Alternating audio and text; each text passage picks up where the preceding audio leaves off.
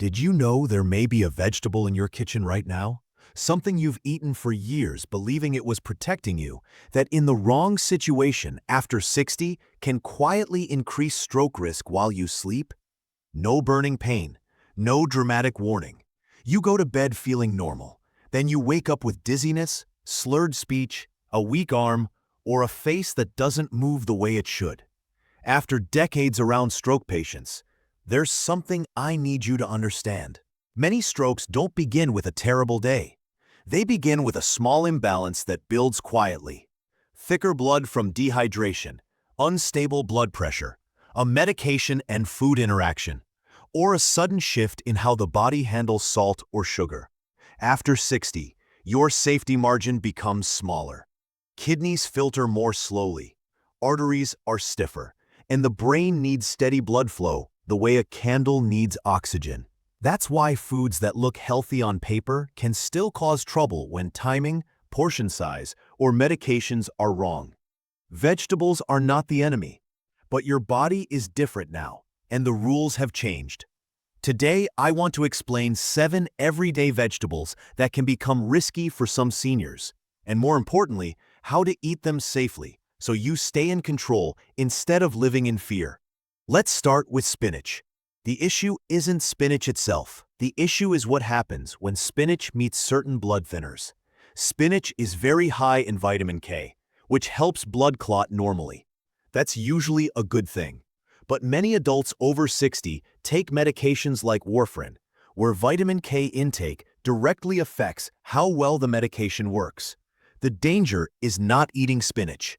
The danger is inconsistency. Eating very little leafy greens for days, and then suddenly consuming a large spinach salad or smoothie can shift clotting balance. In someone on warfarin, that shift can make the blood less thin than intended, increasing clot risk. The safe approach is consistency. If you eat leafy greens, keep the amount steady from day to day, and always talk to your clinician before making big changes. For the brain, stability matters more than perfection. Next are beets. Beets are famous for supporting circulation because they help blood vessels relax. But relaxation is not always the goal at night.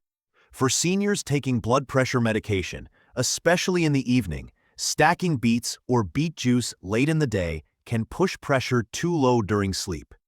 In vulnerable people, low nighttime pressure can reduce brain perfusion and slow blood flow in already narrow vessels. That combination can increase risk.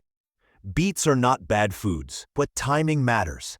Moderate portions earlier in the day are safer for many seniors, especially if you've ever felt dizzy on standing or weak in the morning. Celery comes next. It looks hydrating and harmless, but for some seniors, it quietly contributes to dehydration. Celery can have a mild diuretic effect, and many older adults already take medications that increase fluid loss.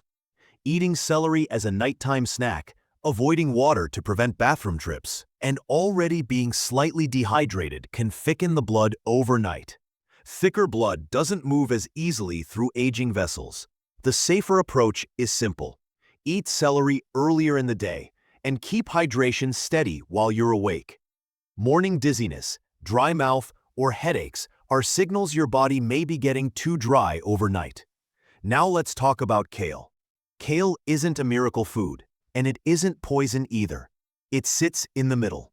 Large amounts of raw kale, eaten daily, can interfere with iodine use in the thyroid, especially in people with existing thyroid issues. Over time, sluggish thyroid function can affect cholesterol, metabolism, and vascular health. This isn't usually an overnight problem, but it can slowly increase cardiovascular risk. The smart rule is rotation. Don't rely on one superfood every single day. Cook kale more often than you drink it raw, and if you have thyroid disease, check your labs and talk with your clinician before making kale smoothies a daily habit. Canned vegetables are another hidden issue. They're convenient and familiar, but many are loaded with sodium. After 60, the body handles salt differently.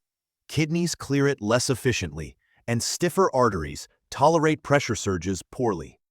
Excess sodium pulls fluid into the bloodstream, raises blood pressure, and worsens the natural morning surge that already happens in many seniors. One can of vegetables can contain a large portion of a day's sodium. The safer choice is no salt-added versions, rinsing canned vegetables under water, or using frozen vegetables as your everyday option. Potatoes come next.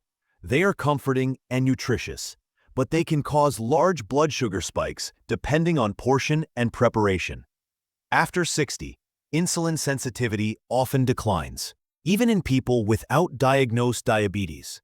Repeated sugar spikes damage blood vessels over time and increase inflammation. The risk is not one potato. It's the pattern of large portions eaten alone, especially at night. The safer strategy is moderation and pairing. Eat potatoes with protein and fiber, and avoid making them the center of every meal. The final one is pickles and salty fermented vegetables. They seem light and healthy, but they can be extremely high in sodium. Many seniors eat them as a small nighttime snack without realizing how concentrated the salt is.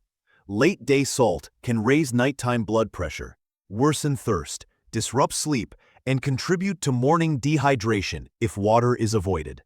The safer approach is smaller portions, low-sodium options, and moving fermented foods earlier in the day rather than making them a nightly habit. Here's the message I want you to remember. Vegetables are still some of the best foods you can eat, but after 60, the goal is balance, timing, consistency, and awareness of medications. Keep vitamin K intake steady if you're on blood thinners. Be careful stacking strong blood pressure-lowering foods at night. Respect hydration if you take diuretics. Watch sodium from canned and fermented foods. Pair starchy vegetables wisely. Your brain isn't asking for perfection. It's asking for steadiness. This information is educational and not personal medical advice. If you take blood thinners, blood pressure medication, diuretics, or have kidney disease or diabetes, talk with your clinician before making major diet changes. If this helped, subscribe and share to help others.